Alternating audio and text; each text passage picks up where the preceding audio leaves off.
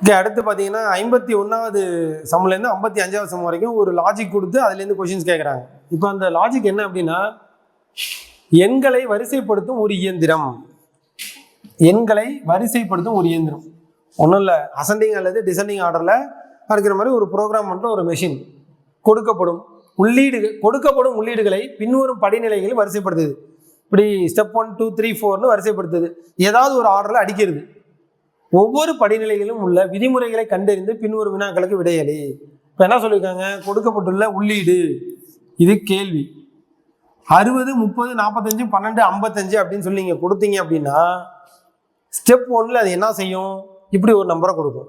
Step 2ல் அதை ஏதோ கொஞ்சம் ஆல்டர் பண்ணி கொடுக்கும். ஸ்டெப் 3ல் ஏதோ ஆல்டர் பண்ணி கொடுக்கும். ஸ்டெப் 4 ஆன்சர் அப்படின்னு சொல்லிடுச்சு.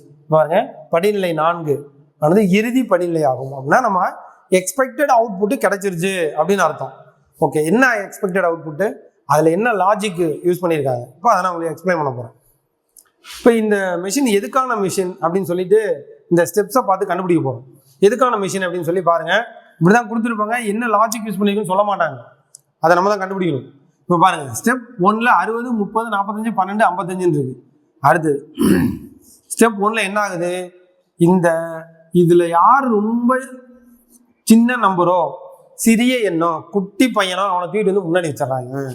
அவனை தூக்கிட்டு வந்து முன்னாடி வச்சுட்டு மீதி இருக்கிற 60 30 45 இங்கே அப்படியே வரிசையாக எழுதிட்டாங்க. இந்த 55ஐயும் அப்படியே எழுதிட்டாங்க. இதுதான் ஸ்டெப் 1. அடுத்து ஸ்டெப் 2ல் என்ன பண்ணியிருக்காங்க, இந்த 12 அப்படியே இறக்கிட்டாங்க. இதை எதுவுமே செய்யலை. மீதி இருக்க 60 30 45 55ல் சின்ன பையனை தூக்கிட்டு வந்து முன்னாடியே வச்சுட்டாங்க. யார் சின்ன நம்பரோ அவனை தூக்கி முன்னாடி வச்சுட்டாங்க. வச்சுட்டு மீதி இருக்கக்கூடிய 60 45 55 வரிசையாக எழுதிட்டாங்க. இதுதான் ஸ்டெப் 2. ஸ்டெப் 3ல் என்ன பண்ணியிருக்கிறாங்க, இந்த 12 அப்படியே இறக்கிட்டாங்க, 30 அப்படியே இறக்கிட்டாங்க. இந்த 3 பேர்த்துல யாரு குட்டி நம்பரோ அதை தூக்கிட்டு வந்து முன்னாடி வச்சுட்டு 60ஐயும் 55ஐயும் இங்கே எழுதிட்டாங்க. அதான் ஸ்டெப் 3. அடுத்து ஸ்டெப் 4ல் என்ன பண்ணியிருக்காங்க, இந்த 12 அப்படியே எழுதியிருக்காங்க, 30 அப்படியே எழுதிட்டாங்க, 45 அப்படியே எழுதிட்டாங்க. 60 55ல் யாரு சின்ன நம்பரோ அதை தூக்கி இங்கே எழுதிட்டு மீதி இருக்கிற 60 தூக்கி கடைசியில் எழுதிட்டாங்க. இப்போ எக்ஸ்பெக்டட் அவுட்புட் கிடைச்சிருச்சு. சின்ன நம்பர், அதை விட பெரிய நம்பர், அதை விட பெரிய நம்பர், அதை விட பெரிய நம்பர், அப்படி கிடைச்சிருச்சு. ஸோ இதுதான் லாஸ்ட் ஸ்டெப் அப்படின்னு சொல்லி இதில் டிசைட் பண்ணுறாங்க. அப்போ எந்த இன்புட் கொடுத்தாலும் அதை சின்ன நம்பர்லேருந்து பெரிய நம்பர் வரைக்கும் ஸ்டெப் பை ஸ்டெப் அடுக்கிறது தான் இந்த லாஜிக். இப்போ கொஸ்டினுக்கு போவோம். பாருங்க, இப்போ கொஸ்டினில் வந்து 51 ஃபர்ஸ்ட் கொஸ்டின் என்ன கேட்குறாங்க, 51லேருந்து 55 வரைக்கும் இந்த லாஜிக் யூஸ் பண்ணி தான் கொஸ்டின்ஸ் கேட்பாங்க. இப்போ 51வது கேள்வி என்னன்னு பாருங்க, உள்ளீடு 100 12 65 2 90 எனில் இதில் ஸ்டெப் 2 என்னன்னு மட்டும் கேள்வி கேட்குறாங்க. இப்போ அவங்க உள்ளீடு வந்து ஏற்கனவே கொடுத்த நம்பர் இல்லாமல் இவங்களாம் ஒரு இன்புட் நம்பர் கொடுக்குறாங்க. ஸோ இப்போ இதில் என்ன பண்ணலாம், ஸ்டெப் 1 என்னன்னு முதல்ல கண்டுபிடிக்கணும். இதில் உள்ளீடு வந்து 100 12 65 2 90 இருக்கு. அப்போ இந்த லாஜிக் படி ஸ்டெப் 1 என்ன அப்படின்னு முதல்ல கண்டுபிடிக்கணும். ஸ்டெப் 1 என்னன்னு பார்த்தீங்கன்னா, இருக்கிறதுலையே சின்ன நம்பர் யாரு அவரை தூக்கி முதல்ல எழுதணும், 0 2ன்னு எழுதணும். அடுத்து மீதி இருக்கிற 100 12 65 90 அப்படியே எழுதிட வேண்டியதான். 100 12 65 90 எழுதியாச்சு. அடுத்து ஸ்டெப் 2 தான் கொஸ்டினாக கேட்டிருக்காங்க, அதனால ஸ்டெப் 2 கண்டுபிடிக்கணும். இப்போ ஸ்டெப் 2 என்ன, இந்த 0 2 அப்படியே வச்சுக்கணும். மீதி இருக்கிற இந்த 4 பேர்த்துல சின்ன நம்பரை தூக்கிட்டு வந்து முதல்ல எழுதிடணும்.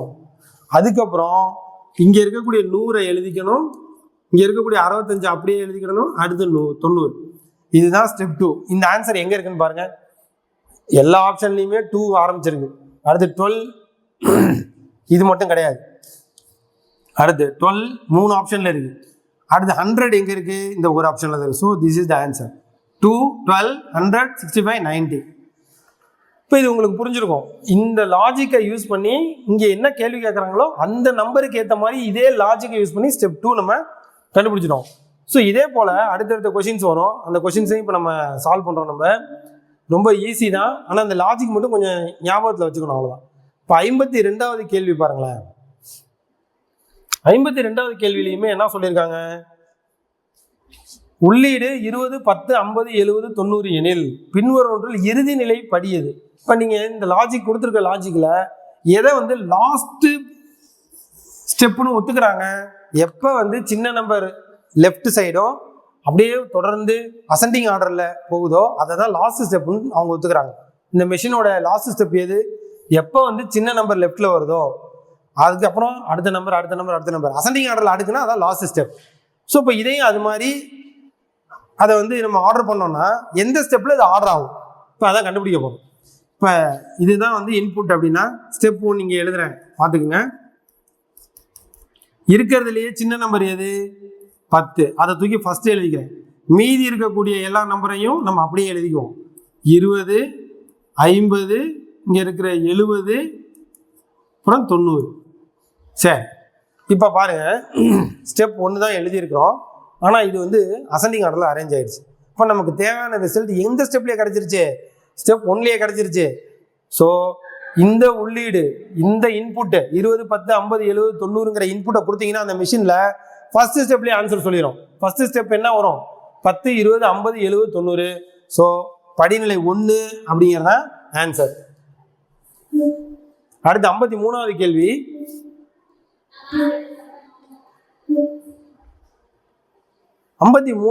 பாருங்க, உள்ளீடு 500, 400, 300, 200, 100 எனில் இந்த 100, 200, 300, 500, 400ங்கிற ஸ்டெப்பு எப்போ கிடைக்கும்? அதான் கேள்வி. ஸோ இப்போ நம்ம ஸ்டெப்பு வந்து எத்தனாவது ஸ்டெப்பில் இந்த ஆன்சர் கிடைக்கும் அப்படிங்கிறத ஏற்கனவே நான் உங்களுக்கு சொல்லியிருக்கேன். இருந்தாலும் நம்ம ஒன்று ஒன்றா நான் போட்டு காமிக்கிறேன், கவனிங்க. ஃபர்ஸ்ட் இந்த இடத்துல இடம் இல்லாதால இந்த இடத்துல எல்லாத்தையுமே ஒர்க் அவுட் பண்ணி காமிக்கிறேன். இப்போ ஸ்டெப் 1 என்னவா இருக்கும் அப்படின்னு பாருங்க. ஸ்டெப் 1 அப்படிங்கிறது என்னவா இருக்கும்? இப்போ இங்கே இருக்கிறதுலையே யாரு சின்ன நம்பர் அவங்கள எடுத்து எழுதிக்கிறோம். 100. மீதி இருக்கவங்களாம் எடுத்து அப்படியே எழுதிடணும். மீதி யாரெல்லாம் இருக்கா? 500, 400, 300, அடுத்து 200. முடிஞ்சு. இப்போ அடுத்த ஸ்டெப்ல என்ன கிடைக்கும் அப்படின்னு பாருங்க. ஸ்டெப் 2ல என்ன கிடைக்கும்னு பாருங்க. இந்த 100 அப்படியே போட்டுக்கிறோம். இதுல யாரு சின்ன நம்பர்? 200. இந்த நான் 200 எடுத்துட்டேன். ஏற்கனவே இருக்கிற 100 அப்படியே இறக்கிட்டேன்.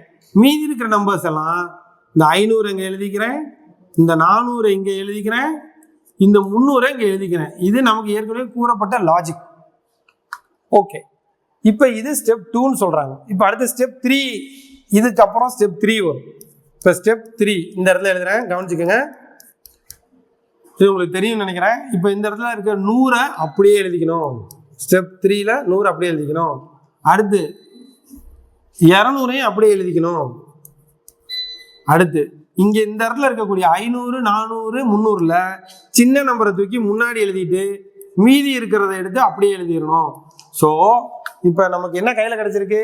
100, 200, 300, 500, 400ங்கிறது ஸ்டெப் 3ல கிடைச்சிருக்கு. ஸோ உள்ளீடு இது கொடுத்தா படிநிலை 3ல உங்களுக்கு இதுக்குரிய ஆன்சர் கிடைக்கும் அப்படிங்கிறது தான் இதோடைய ஆன்சர். ஓகே, அடுத்தது 54வது கேள்வி. இந்த இன்புட் பார்த்தீங்கன்னா 9, 5, 7, 4, 3 எனில் 4வது படிநிலை என்னன்னு கேள்வி கேட்டிருக்காங்க. ஸோ இதில் ஸ்டெப் 1 என்னவா இருக்கும்? நல்லா பார்த்துக்கங்க. இதில் யார் இருக்கிறதுலையே சின்ன நம்பரோ அது தூக்கி ஸ்டெப் 1ல எழுதுவோம். இப்போ ஸ்டெப் 1 என்ன அப்படின்னா 3 தூக்கி முதல்ல எழுதிட்டு மீதி இருக்கிற எல்லாத்தையும் தூக்கி அப்படியே எழுதிடணும். 9, 5, 7, 4.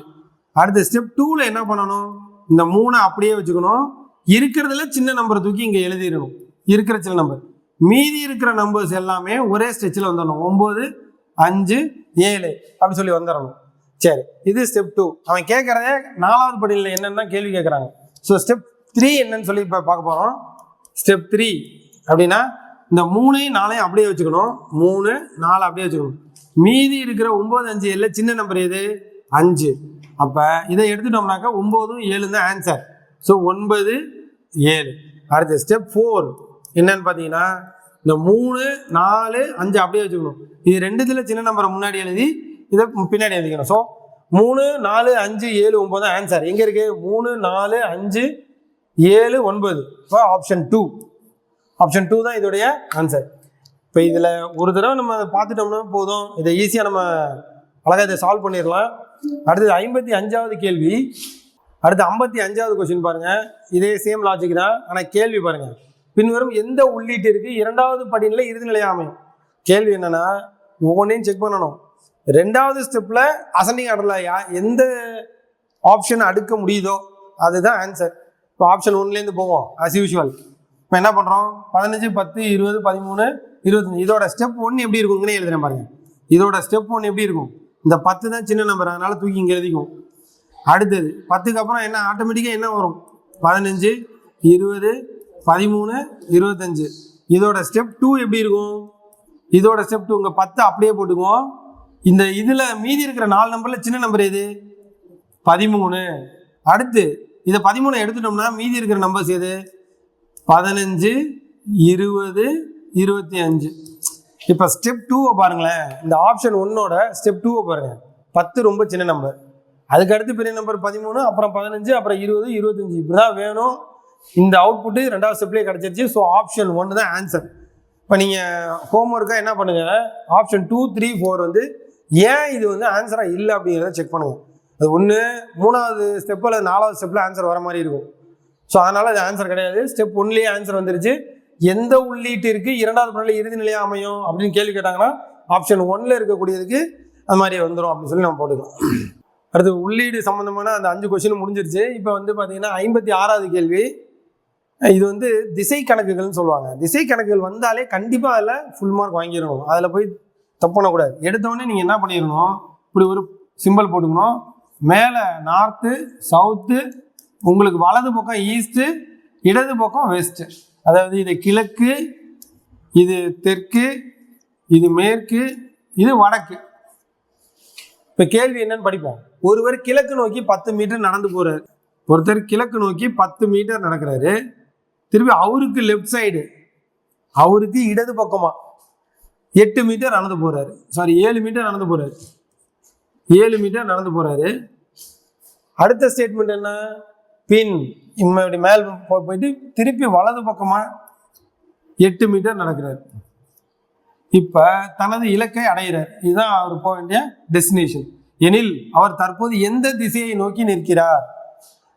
சிம்பிளான கேள்வி. இப்ப இதுதான் வடக்கு, இது தெற்கு, இது கிழக்கு, இது மேற்கு.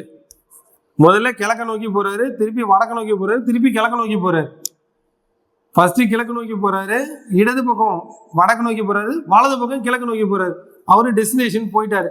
இப்போ அவர் எந்த சைடு பார்த்துக்கிட்டு நிற்கிறாருன்னா கிழக்கு நோக்கி பார்த்துக்கிட்டு இருக்காரு. இதான் ஆன்சர். Okay, next question. 57வது கேள்வி. ராம் என்பவர் தனது மகிழுந்தில் வடக்கு திசை நோக்கி 80 கிலோமீட்டர் போறாரு. நல்லா பாருங்க, ராம் அப்படிங்கிறவர் இந்த இடத்துல போட்டு காமிக்கணும். இது வடக்கு, இது தெற்கு, இது கிழக்கு. இது ஏற்கனவே பார்த்தாதான். இப்போ என்னன்னா ராம் அப்படிங்கிறவர் 80 கிலோமீட்டர் போயிட்டாரு. 80 கிலோமீட்டர் போயிட்டாரு, வடக்கு நோக்கி போயிட்டாரு. ஃபர்ஸ்ட் பாயிண்ட் முடிஞ்சு. அங்கிருந்து கிழக்கு திசையில் 30 கிலோமீட்டர் போறாரு. இங்க போனதுக்கப்புறம் கிழக்கு பக்கமா ஒரு 30 கிலோமீட்டர் போறாரு. அடுத்து என்ன பண்றாரு, பிறகு தெற்கு திசையில் ஒரு 40 கிலோமீட்டர் வர்றாரு. தெற்கு திசையில ஒரு 40 கிலோமீட்டர் வர்றாரு. இப்ப கேள்வி என்னன்னா, அவர் கடைசியில் நிற்கும் இடத்திற்கும் இந்த இடத்திற்கும், இந்த இடத்த சப்போஸ் பின்னு வச்சுக்கோங்க, ஆரம்பிச்ச இடம் இந்த இருக்கு பாருங்க, ஆரம்பிச்ச இடம் இதை சப்போஸ் ஏன்னு வச்சுக்கோங்க. இந்த 2 இடத்துக்கும் உள்ள டிஸ்டன்ஸ் என்ன, இதான் கேள்வி. பித்தாகரஸ் தியரம் சொல்றாங்க, வேற ஒன்றும் இல்லை. பயப்படக்கூடாது, இதை பார்த்து பயப்படவே கூடாது. ஃபர்ஸ்ட் என்ன பண்ணணும், வடக்கு நோக்கி போகணும். அப்புறம் அவரு கிழக்கு நோக்கி போறாரு, திருப்பி தெற்கு நோக்கி வர்றாரு. வடக்கு நோக்கி, கிழக்கு நோக்கி, தெற்கு நோக்கி வர்றாரு. 80 kilometre, 30 kilometre, 40 kilometre, 80 kilometre, 30 kilometre, 40 kilometre. இங்கேருந்து இது வரைக்கும் 40 கிலோமீட்டர்னா இங்கேருந்து இது வரைக்கும் 40 கிலோமீட்டர். இந்த பாயிண்ட்ல இருந்து இந்த பாயிண்ட் வரைக்கும் 40 கிலோமீட்டர். அப்ப இந்த பாயிண்ட்ல இருந்து இந்த பாயிண்ட் வரைக்கும் 40 கிலோமீட்டர். ஏன்னா இது மொத்தமா 80 கிலோமீட்டர், மொத்தமா 80 கிலோமீட்டர். இந்த பார்ட் 40 கிலோமீட்டர் கழிச்சிட்டீங்கன்னா இந்த பாயிண்ட் 40. இதை ஏன் கண்டுபிடிக்கணும், இது ஒரு செங்கோண முக்கோணம். இது வந்து பாத்தீங்கன்னா இதை தனியா வரைகிறேன் பாருங்க, இங்க பாருங்க இப்படி இருக்கு. இப்ப நமக்கு தேவையான டிஸ்டன்ஸ் இதுதான் பி, இதுதான் ஏ. இந்த இடம், இந்த இடத்துல ஆரம்பிச்சு இந்த இடத்துல போயிட்டாரு, இப்படி போயிட்டு வந்தார். ஸோ இந்த பார்ட் வந்து 40 கிலோமீட்டர், இந்த பார்ட் 30 கிலோமீட்டர். இந்த கர்ணம் எவ்வளவு, இதான் கேள்வி. கர்ணம் இது ஒரு செங்கோண முக்கோணம். செங்கோண முக்கோணத்துடைய கர்ணம் என்ன கேள்வி. 30, 40ன்னா 50. உங்களுக்கு இந்த செங்கோண முக்கோணத்துடைய ட்ரிபிள்ஸ் வந்து 3 4 5ன்னு இருக்கும். அப்போ 30 40 50 இதுதான் ஆன்சராக இருக்கும். சரி, இது எப்படி வந்துச்சு? செங்கோண முக்கோணத்தை பொறுத்த வரைக்கும் நான் இன்னொரு இதை அப்படியே உங்களுக்கு எக்ஸ்பிளைன் பண்ணிடுறேன். ஒரு செங்கோண முக்கோணம் இருக்குது. இந்த செங்கோண முக்கோணத்தில் இந்த பக்கம் 3 இந்த பக்கம் 4 அப்படின்னா கர்ணம் கண்டிப்பாக 5ஆக தான் இருக்கும். இதை நீங்கள் மனப்பாடம் பண்ணிக்கலாம். இது ட்ரிபிள்ஸ். இது பாருங்களேன், இதை ஸ்கொயர் பண்ணிங்கன்னா இதை ஸ்கொயர் பண்ணி வரக்கூடிய ஆன்சருக்கு இது ரெண்டையும் ஆட் பண்ண கவனிங்க. 3 ஸ்கொயர் + 4 ஸ்கொயர் = 5 ஸ்கொயர். இதுதான் பித்தகோரஸ் தியரம். இதை வந்து உங்களுக்கு சொல்லி தெரிய வேண்டியதில்லை. அதாவது 3 9 + 4 16. இதை ரெண்டையும் கூட்டினீங்கன்னா 25. இது எதுக்கு ஈக்குவலாக இருக்குன்னா 5 25 இதுக்கு ஈக்குவலாக இருக்கும். இதுதான் பித்தகோரஸ் தியரம். பித்தகோரஸ் அப்படிங்கிறவர் கண்டுபிடிச்ச தியரம் அது. இப்போ ஒரு செங்கோண முக்கோணத்தினுடைய செங்கோணங்கிற 90 டிகிரிக்கு ஆப்போசிட்ல இருக்கக்கூடிய இந்த பக்கத்தை தான் கர்ணம்னு சொல்லுவோம். மீதி இருக்கக்கூடிய பக்கங்கள் இருக்கு பாருங்க, இந்த பக்கங்களுக்கு இதோட ஸ்கொயர் ரெண்டையும் ஆட் பண்ணீங்கன்னா இதோட ஸ்கொயருக்கு ஈக்குவலாக இருக்கும். அதான் வந்து பித்தகோரஸ் தியரத்தோடைய நம்முடைய பேசிக்கான கான்செப்ட். இப்போ பித்தகோரஸ் தியரத்தின்படி ஏற்கனவே அவர் எங்கே போயிட்டு எங்கே வந்திருக்காரு. இப்போ இதான் கேள்வி.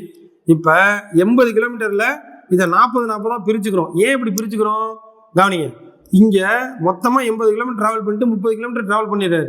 ட்ராவல் பண்ணதுக்கப்புறம் திருப்பி அவர் எத்தனை கிலோமீட்டர் இங்கே வராரு அப்படின்னா ஒரு 40 கிலோமீட்டர் திருப்பி வராரு. வடக்க கிழக்க திருப்பி தெற்க, வடக்கு கிழக்கு தெற்கு 40 கிலோமீட்டர் ட்ராவல் பண்ணி இந்த இடத்துக்கிட்ட வந்துடுறாரு. இந்த இடத்துக்கிட்ட வந்தோடனே நமக்கு என்ன கேள்வி கேட்குறாங்க? கடைசியில் அவர் நிற்கிற இடம் பிக்கும் ஸ்டார்ட் பண்ண ஏக்கும் உள்ள டிஸ்டன்ஸ் கேட்குறாங்க. ஸோ நம்ம இந்த செங்கோணத்தை மட்டும் எடுத்துக்கிறோம். இந்த செங்கோணத்தோடைய இந்த பார்ட்டு 40, இந்த பார்ட்டு 30. ஏன்னா இது 30னா இதுவும் 30ஆக தான் இருக்கும். ஸோ 30 40 இது கர்ணம், இது செங்கோண முக்கோணம். தேர்ஃபோர் 30 ஸ்கொயர் + 40 ஸ்கொயர் இதுதான் நமக்கு தேவையான ஏபி. இதுதான் நமக்கு தேவையான ஏபி. 30 ஸ்கொயர் எவ்வளோ வரும்? 900. 40 ஸ்கொயர் எவ்வளோ வரும்? 1200. இது ரெண்டையும் ஆட் பண்ணால் எவ்வளவு? 2500. இது ஸ்கொயர், ரைட். இது வந்து தியரம். நமக்கு என்ன வேணும்? ஏபி வராது. இப்போ ஏபி நமக்கு தேவை. இப்போ இதுதான் செங்கோண முக்கோணத்தினுடைய அந்த பித்தகோரஸ் தியரம். ஸோ இப்போ இந்த 2500 ரூட் எடுத்தீங்கன்னா 50ன்னு வரும். அவ்வளோதான். அப்போ இந்த பார்ட் வந்து 50 கிலோமீட்டர். ஸ்டார்டிங் பாயிண்ட்டுக்கும் எண்டு பாயிண்ட்டுக்கும் உள்ள அந்த ஏரியா வந்து 50 கிலோமீட்டர். இதை வந்து நீங்கள் எப்பயுமே என்ன மாதிரி புரிஞ்சுக்கணும் அப்படின்னா, இப்படி இவ்வளோ தூரம் போகிறாருல 80 கிலோமீட்டர், இதுக்கப்புறம் ஒரு ரைட் சைடு கிழக்கு பக்கம் போகிறாருல 30 கிலோமீட்டர். அந்த 30 கிலோமீட்டருக்கு அப்புறம் அவர் டிராவல் பண்ணுற டிஸ்டன்ஸ் தான் நமக்கு க்ளூ. என்ன க்ளூ? இது 40 கிலோமீட்டர் அப்படிங்கிற ஒரு க்ளூ. அது இதுவும் சமங்கிற க்ளூ. அது இப்போ இந்த எண்டு பாயிண்ட் இருக்குல்ல, இந்த எண்டு பாயிண்ட் பி, இது வந்து 30 கிலோமீட்டர். இந்த பாயிண்ட்டுக்கும் இடையில உள்ள டிஸ்டன்ஸ் 30 கிலோமீட்டருக்கு க்ளூ இங்கே இருக்கு. ஸோ ஸ்டார்டிங் பாயிண்ட் இங்கே இருக்கு. ஸோ இந்த செங்கோண முக்கோணத்தை கண்டுபிடிக்கிறது தான் இந்த கணக்குடைய முக்கியமான கான்செப்ட். ஸோ இதில் 2 பக்கம் கொடுத்துட்டாங்க. 3வது பக்கம் பித்தகோரஸ் தியரத்தின்படி இதை கண்டுபிடிச்சிடலாம். ஓகே, இப்போ 58வது கொஸ்டின் பார்க்க போகிறோம். இப்போ இது மாதிரி சம்மில் சின்ன சின்ன முக்கோணங்கள்லாம் கொடுத்துருப்பாங்க. இது ஒரு ஸ்டார் வடிவத்தில் இருக்குது. இதில் எத்தனை முக்கோணங்கள் இருக்குன்னு கேட்டாங்கன்னா முதல்ல நம்ம செய்ய வேண்டியது சின்ன முக்கோணங்கள் எத்தனை அப்படின்னு மட்டும் முதல்ல கவுண்ட் பண்ணணும். சின்ன முக்கோணங்கள் எத்தனை வரும் பாருங்க. 1 2 3 4 5 6 7 8 9 10 11 12 சின்ன முக்கோணங்கள் இருக்கு. இது இல்லாமல் உங்கள் கண்ணுக்கு தெரியுது பாருங்க, ஒரு இதை வச்சு ஒரு பெரிய முக்கோணம் இருக்கு. இது இவ்வளோ பெரிய முக்கோணம் இருக்கு. அடுத்து அதை தலையில வச்சு இன்னொரு முக்கோணம் இருக்கு. ஏற்கனவே சின்ன முக்கோணம் 12, பெரிய முக்கோணம் 2 இருக்கு. அடுத்து பாருங்களேன், இதுல இந்த முக்கோணம் இருக்கு பாருங்க, 4 குட்டி முக்கோணத்தை சேர்த்து ஒரு முக்கோணம் கிடைக்குது இல்லையா? இப்போ ஒரு முனைக்கும் ஒரு முக்கோணம் கிடைக்கும். அது மொத்தம் எத்தனை முனை இருக்கு? 1 2 3 4 5 6 முனைகள் இருக்கு. ஸோ 6 இதை ஆட் பண்ணிங்கனாக்க 20. இன்னும் லாஜிக் இருக்கு. அதில் முக்கோணங்கள் எப்படி கிடைக்குன்னு சொல்லி இன்னும் லாஜிக் இருக்கு. இப்போ ஆப்ஷனை பொறுத்த வரைக்கும் 15 கொடுத்துருக்காங்க, கிடையாது. 13 கிடையாது, 14 கிடையாது. ஆப்ஷன் வந்து 20ன்னு நமக்கு இது வரைக்கும் கண்டுபிடிச்சிருக்கிறதால இதோட நிறுத்திக்கலாம். அப்போ 15க்கு மேல் அப்படிங்கிறதா இதோடைய ஆன்சர். இப்போ உங்களுக்கு இதில் கூடுதலாக சில தகவல்கள் சொல்கிறேன். இப்படி ஒரு முக்கோணம் கொடுத்து இப்படி கொடுக்குறாங்க அப்படின்னு இதில் மொத்தம் எத்தனை முக்கோணம் இருக்குது அப்படின்னு கவுண்ட் பண்ண சொல்கிறாங்கன்னா, இப்போ பாருங்கள், இது வந்து சின்ன முக்கோணம், அடுத்து இது ஒரு முக்கோணம். இப்போ இந்த மாதிரி 3 பார்ட் இருக்குது. இப்போ இதில் ஒன்றுமே பண்ண வேணாம். இதில் 1 2 3 போடுங்க. இந்த 1 + 2 + 3 ஆட் பண்ணிடுங்க. மொத்தம் எவ்வளோ வருது? இதுதான் வந்து இதில் இந்த ஷேப்பில் இருக்கக்கூடிய முக்கோணங்களின் எண்ணிக்கை. இது ஒரு ஷார்ட்கட்டு. நம்ம நெக்ஸ்ட் கொஸ்டின் பார்ப்போம். இன்னும் இந்த ஷேப் கொடுத்து அதில் எத்தனை குட்டி குட்டி ஷேப் இருக்குங்கிறத தனி வீடியோவே பார்ப்போம் நம்ம. இப்போ லீப் இயர்னா உங்களுக்கு என்னன்னு தெரியும். லீப் இயர்னா என்ன? ஒன்றும் இல்லை, பிப்ரவரி மந்த்துக்கு 28 நாளுக்கு மேலே 29 நாள் இருக்கிறது தான் லீப் இயர். இப்போ ஜனவரி பிப்ரவரியெலாம் உங்களுக்கு இந்த கை வச்சு நம்ம போடுறது உங்களுக்கு தெரியும். எவ்வளோ நாள் வரும் ஒரு மாதத்துக்கு? மேடுனா 31, பள்ளம்னாக்க 30. அதில் பிப்ரவரி எப்பவுமே பள்ளத்தில் தான் வரும். சாதாரண ஆண்டு 28 நாட்கள். லீப் ஆண்டுகளுக்கு 4 வருஷத்துக்கு ஒரு முறை வர்றதுனால 29 நாட்கள் வரும். கேள்வி பாருங்கள், ஒரு லீப் இயரில் மார்ச் 6க்கு 19 நாளைக்கு முன்னாடி. இப்போ மார்ச் 6 அப்படின்னா இங்கே எழுதிக்கங்க, மார்ச் 6 அப்படின்னு எழுதிக்குவோம். இதுக்கு 19 நாட்களுக்கு முன்னாக வரும் நாள் என்ன? ஒன்றில் அப்படியே ரிவர்ஸில் போயிடுங்க. மார்ச் 5, 4, 3, 2, 1 இது மார்ச்.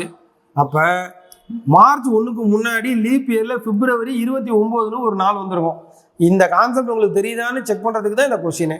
29, 28, 27, பிப்ரவரி 26, 25, பிப்ரவரி 24, 23, 22, 21, 20, 19, 18, 17, 16, பிப்ரவரி 15 சோன் போயிட்டே இருக்குன்னு வச்சுக்குவோம். இப்போ என்ன கேள்வி? ஒரு நெட்டாண்டில் மார்ச் 6க்கு முன்னாடி 19 நாள் எடுக்கணும். மார்ச் 6க்கு முன்னாடி 19 நாள். இப்போ இதுலேருந்து கவுண்ட் பண்ணுங்க. 1, 2, 3, 4, 5, 6, 7, 8, 9, 10, 11, 12, 13, 14, 15, 16, 17, 18, 19 முடிஞ்சு. 19 நாட்களுக்கு முன்னதாக வரும் நாள் 16. அவ்வளோதான் முடிஞ்சு. இப்போ ஆன்சர் வந்து பிப்ரவரி 16. இதுதான் இதுக்குரிய ஆன்சர். ரைட். இப்போ லீப் இயரை பொறுத்த வரைக்கும் உங்களுக்கு இந்த கான்செப்ட் இப்போ 28 நாள் 29 நாள் வருது அப்படிங்கிறத தெரிஞ்சுக்கிட்டீங்கன்னாவே போதுமானது. அது ரொம்ப அருமையான கணக்கு. அடுத்து இப்போ கொஸ்டின் நம்பர் 60 பார்க்க போகிறோம். ஒரு கடிகாரத்தில் நேரம் 12:30 மணியாக இருக்கும்போது மணிமுள் மற்றும் நிமிடமுள் ஆகியவற்றிற்கு இடையே உள்ள கோணம் என்னன்னு கேட்குறாங்க. உள்ள சின்ன முள்ளுக்கும் பெரிய முள்ளுக்கும் இடையில உள்ள கோணம் எவ்வளவு, டிகிரி எவ்வளவு, அதான் கேள்வி. இப்போ இதுதான் ஒரு கடிகாரம் அப்படின்னா, அந்த கடிகாரத்துல ஒரு மையத்தில் ஒரு புள்ளி இருக்கு. அந்த புள்ளியை சுற்றி நமக்கு 360 டிகிரி இருக்கு அப்படிங்கிறத முதல்ல நம்ம புரிஞ்சுக்கணும்.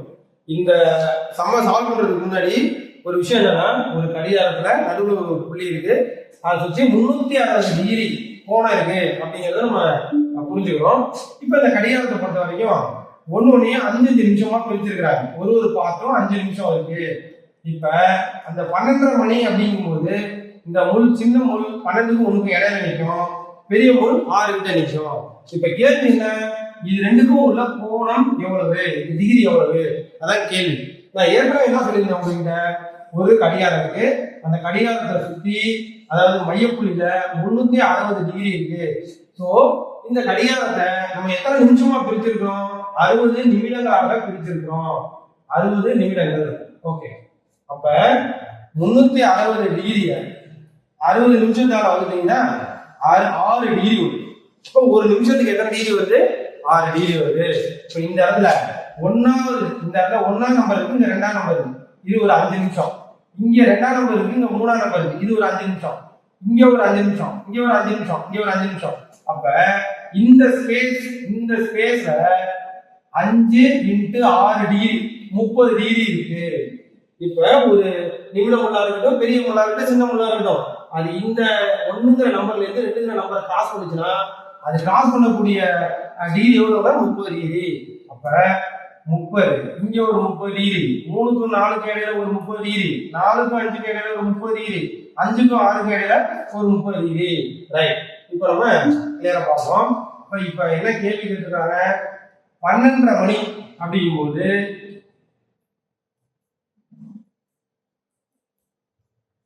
பெரிய முள் வந்து எக்ஸாக்டா 6 கிட்ட நிற்கும்.